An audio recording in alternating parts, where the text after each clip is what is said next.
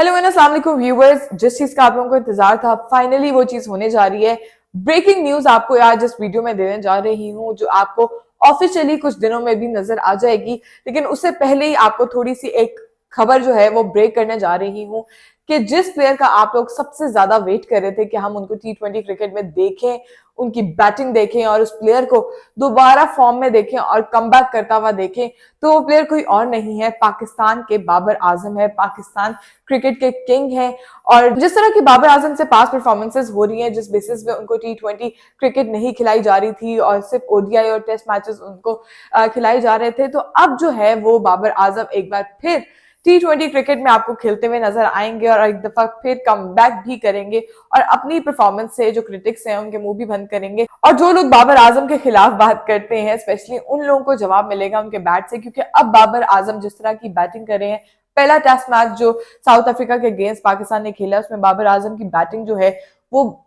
जैसे past performances दे रहे थे उससे काफी हद तक बेहतर हो गई है। और हमें लग रहा है बाबर आजम जल्द कम बैक करने वाले हैं और उस तरह की परफॉर्मेंस दिखाएंगे जिस तरह पहले वो दिखाते थे और जिस तरह की बैटिंग करते थे। सिर्फ हमें बाबर आजम को मार्जिन देने की जरूरत है कि बाबर आजम दोबारा वापस आए, अच्छी परफॉर्मेंसेस दिखाएं और जितने उनके फैंस हैं वो सिर्फ इस चीज का वेट करें कि हम बाबर आजम को किस दिन देखेंगे। तो जो साउथ अफ्रीका के खिलाफ T20 और ओडीआई सीरीज अब होने जा रही है उसमें बाबर आजम आपको खेलते हुए दिखाई देंगे। पहले आपको सिर्फ लगता था कि ओडीआई में ही बाबर आजम खेलेंगे, लेकिन नहीं, अब बाबर आजम आपको T20 में भी खेलते हुए दिखाई देंगे। ये जो खबर है ये अभी तक कंफर्म नहीं है, लेकिन 95% तक कंफर्म है, क्योंकि जब ऑफिशियल खबर आएगी वही एक्चुअल खबर मानी जाती है। लेकिन उससे पहले ये एक मिनी खबर थी आप लोगों के लिए कि बाबर आजम वापस आ रहे हैं, क्योंकि पाकिस्तान क्रिकेट बोर्ड के जो सेलेक्टर्स हैं, कैप्टन हैं, उनके दरमियान मुशावरत हो रही है, मीटिंग्स हो रही हैं और सिर्फ यही बात पे डिस्कशन हो रही है कि जिन प्लेयर्स ने हम एशिया कप में मैचेस नहीं जितवा के दिए,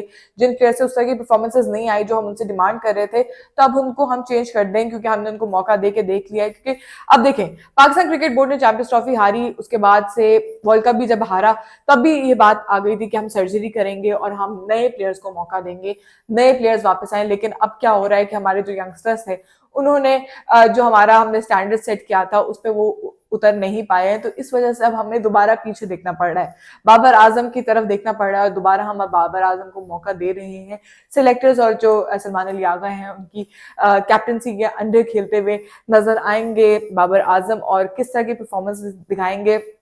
क्योंकि ऑब्वियसली काफी ज्यादा प्रेशर है बाबर आजम के ऊपर, परफॉर्मेंस का प्रेशर है, लोगों की बातों का प्रेशर है। देखिए, जब किसी प्लेयर के ऊपर प्रेशर नहीं होता तो वो फ्रीली खेलता है, फेयरलेस क्रिकेट खेलता है। लेकिन जब प्रेशर होता है, तो जब आपको पता होता है कि आपको सिलेक्टर्स देख रहे हैं, आपको कैप्टन देख रहा है, आपको ऊपर के जो हेड्स हैं वो आपको देख रहे हैं, आपकी परफॉर्मेंस देख रहे हैं, उसी की बेसिस पे आपको आगे के मैचेस मिलेंगे नहीं मिलेंगे, तब एक प्लेयर के ऊपर एडिड प्रेशर आ जाता है और उसकी वजह से उनकी परफॉर्मेंस उस तरह की नहीं आ सकती। तो बाबर आजम को सिर्फ हमें कॉन्फिडेंस देना है और उनके ऊपर किसी किस्म का प्रेशर नहीं डालना। ऑब्वियसली उनके ऊपर प्रेशर तो है, लेकिन उनके ऊपर एडिड प्रेशर हम नहीं डालेंगे। अपनी नेचुरल जो गेम है वो खेलें तो ही पाकिस्तान के लिए फायदेमंद साबित हो सकते हैं बाबर आजम। फिर बात कर लेते हैं यंगस्टर्स की। यंगस्टर्स में किसको मौका दिया जा रहा है, किसको मौका नहीं दिया जा रहा, किसकी छुट्टी हो रही है और किसको उनकी जगह वापस टीम में ऐड किया जा रहा है, उसके बारे में आपको बताने जा रही हूँ। तो खुशदिल शाह की रिप्लेसमेंट होने जा रही है और हुसैन तलत की रिप्लेसमेंट होने जा रही है। खुशदिल शाह को तो सिर्फ एक मैच मिला एशिया कप में और उसके बाद हुसैन तलत को 3 मैचेस मिले थे और उस बेसिस पे खुशदिल शाह और हुसैन तलत को टीम से बाहर किया जा रहा है, T20 स्क्वाड से बाहर किया जा रहा है और उनकी जगह बाबर आजम को डाला जा रहा है। और बाबर आजम के साथ एक और प्लेयर है इरफान खान नियाजी, उनको टीम में ऐड किया जा रहा है। तो ये 2 तब्दीलियां हैं जो अभी तक हमारे सामने आ रही हैं। लेटेस्ट अपडेट ये है कि खुशदिल शाह और हुसैन तलत को बाहर किया जा रहा है और बाबर आजम को और इरफान खान नियाजी को टीम में मौका दिया जा रहा है। खुशदिल शाह को मजीद मौका दिया जा सकता था, लेकिन हमारे लिए सबसे बड़ी बात यही है कि बाबर आजम वापस कम बैक कर रहे हैं और उसके साथ Irfan Khan Niazi is very good allrounder, उनको रखा जा रहा है टीम में। और उसके साथ साथ एक और भी एडिशन हो सकता है अब्बास अफरीदी का, उनको भी टीम में शामिल किया जा रहा है। और मजीद कोई तब्दीलियां अभी तक हमारे सामने नहीं आई। साइम अयूब को भी टीम में रखा गया है, मोहम्मद हारिस को भी इस दफा फिर से एक और चांस दिया जा रहा है और जो सिलेक्टर्स हैं वो यही चाह रहे हैं कि अब साइम अयूब और मोहम्मद हारिस जो हैं वो परफॉर्म करें, पाकिस्तान के लिए परफॉर्म करें, अच्छी जो मॉडर्न डे क्रिकेट है उसके हिसाब से खेलें, टेक्निक अपनी बेहतर करें और फेयरलेस क्रिकेट खेलें। सिर्फ आके मुंह उठा के मारने को फेयरलेस क्रिकेट नहीं कहते, टेक्निक बेहतर करें अपनी और उसके तरह से खेलें। लेकिन अब मेरे ख्याल से ये हो सकता है उनके लिए आखिरी चांस हो, क्योंकि इस T20 सीरीज में अगर ये दोनों खिलाड़ी परफॉर्म नहीं करते तो आगे वर्ल्ड कप आ रहा है और ये सिर्फ वर्ल्ड कप की तैयारी है। आप एक्सपेरिमेंट्स कर रहे हैं, जितने आप एक्सपेरिमेंट्स कर सकते हैं अपनी टीम के साथ आप कर लें, क्योंकि यही टाइम है अभी एक्सपेरिमेंट्स करने का। इसके बाद आपके पास कोई टाइम नहीं होगा, क्योंकि उसके बाद वर्ल्ड कप स्टार्ट हो जाएगा। ट्राई नेशन सीरीज आएगी, उसमें भी आपको एक्सपेरिमेंट का मौका मिलेगा। लेकिन अभी साउथ अफ्रीका के लिए आप एक और चांस ले रहे हैं मोहम्मद हारिस का और साइम अयूब का। फखर जमान अभी भी टीम में शामिल होंगे, बाबर आजम आ जाएंगे, आपके जो हैं हारिस रऊफ वो भी होंगे टीम के अंदर। शाहीन शाह अफरीदी को मोस्ट प्रोबेबली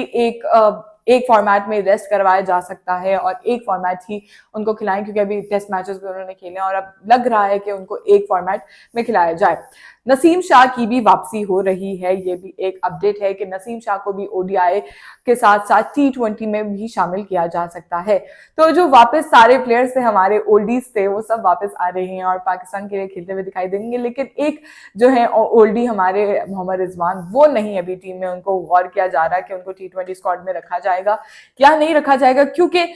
ये थोड़ी सी जो सेलेक्टर्स हैं उनकी मुशावरत इस बारे में चल रही है कि बाबर आजम को और मोहम्मद रिजवान को एक साथ वापस हम कम बैक नहीं करवा सकते, क्योंकि उनको ही हमने एक साथ ही टीम से बाहर किया था और अब दोबारा हम उनको टीम में दोबारा नहीं रख सकते, एक साथ नहीं लेकर आ सकते। हो सकता है आगे जाके कुछ और जो हमारे प्लेयर्स हैं, यंगस्टर्स हैं, वो उस तरह की परफॉर्मेंस नहीं दिखाएं, तो हम इन प्लेयर्स को दोबारा उनके ऊपर रिलाई कर सकते हैं। और वर्ल्ड कप में हम कुछ कह नहीं सकते कि हमें बाबर आजम और मोहम्मद रिजवान दोनों ही खेलते हुए एक साथ दिखाई दें। तो ये सिर्फ चीजें हैं कि अपडेट्स हैं कि हो सकता है कि ये चीजें हो जाए और कुछ ही दिनों में हमें ये वाले प्लेयर्स इन एक्शन दिखाई देंगे, क्योंकि T20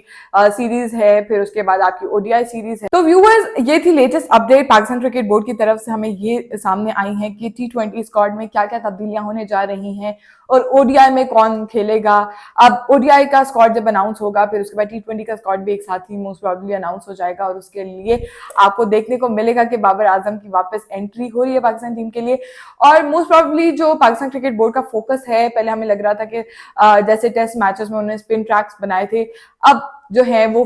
बैटिंग फ्रेंडली पिचेस बनाने के ऊपर गौर किया जा रहा है कि बैटिंग पिचेस बनाई जाए, क्योंकि ऑब्वियसली शॉर्ट फॉर्मेट है, यहाँ पे अगर अच्छा टारगेट देंगे तो वो अच्छी गेम ऑफ क्रिकेट हमें देखने को मिलेगी, बड़ा टारगेट होगा। तो इस वजह से बैटिंग फ्रेंडली पिचेस बनाने पे गौर किया जा रहा है और हमारे पास जब बाबर आजम वापस आ जाएंगे तो हो सकता है बैटिंग फ्रेंडली पिचेस जो है बाबर आजम को फेवर कर दें और बाबर आजम दोबारा अपनी फॉर्म जो है वो गेन कर लें। तो व्यूअर्स, ये थी हमारी तरफ से आपके लिए latest update Pakistan cricket team के अंदर क्या क्या तब्दीलियां होने जा रही है, ये थी। तो व्यूअर्स, अपनी राय से हमें जरूर आगाह कीजिएगा और हमें बताइएगा कि पाकिस्तान क्रिकेट बोर्ड ये जो तब्दीलियां करने जा रहा है ये कैसी तब्दीलियां हैं और बाबर आजम की एंट्री को आप लोग किस तरह डिफाइन करेंगे और किस तरह रेट करेंगे। हमें जरूर कमेंट सेक्शन में अपनी राय से आगाह कीजिएगा।